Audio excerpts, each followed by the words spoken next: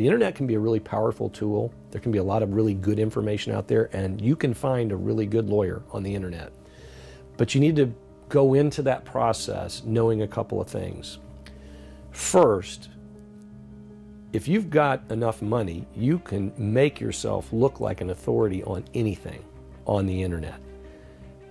Designing a fancy, good-looking website just costs money. It doesn't take legal knowledge. Buying a lot of pay-per-click on the internet so that your name pops up first doesn't take a lot of legal knowledge. It just takes money. There are a lot of lawyers that are great at designing websites, getting people to make inquiries on their websites, and they wouldn't have a clue what to do with a drug or pharmaceutical case or a medical device case if they had to actually handle that case. I would basically say there are 3 rules to consider when you're looking for a lawyer over the internet, because a lot of people are doing that now.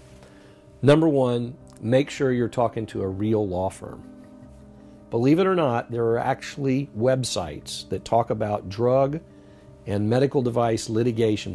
They're pretty websites, they're beautiful, and they've got a lot of good content in them that helps you educate yourself about your problem. But believe it or not, they're not even run by lawyers. They're run by non-lawyers. And all those non-lawyers want you to do is to come to their website and sign up on their website so they can, believe it or not, sell your lead to a law firm. And again, it's a law firm, you don't even know who they are, where they are, you don't have an opportunity to check them out. The next thing you know, you're going to be getting a call from somebody completely different.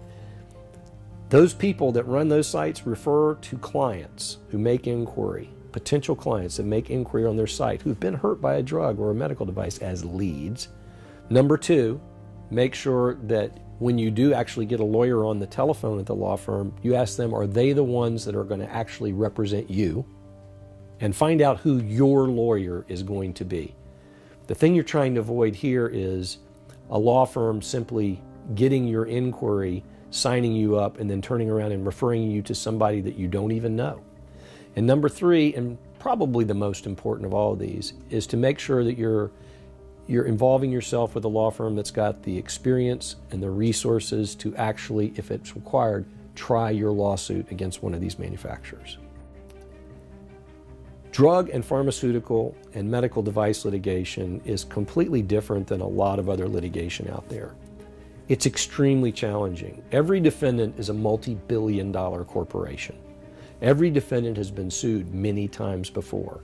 Every defendant has a go-to law firm that will be in a giant city somewhere in the United States that has 500 to 1,000 lawyers in it that will staff these cases with hundreds of lawyers, and they will paper the files to death and fight you at every turn. So you really need a law firm that can go toe-to-toe with these corporations, the ones that have these giant law firms and unlimited resources to fight your case.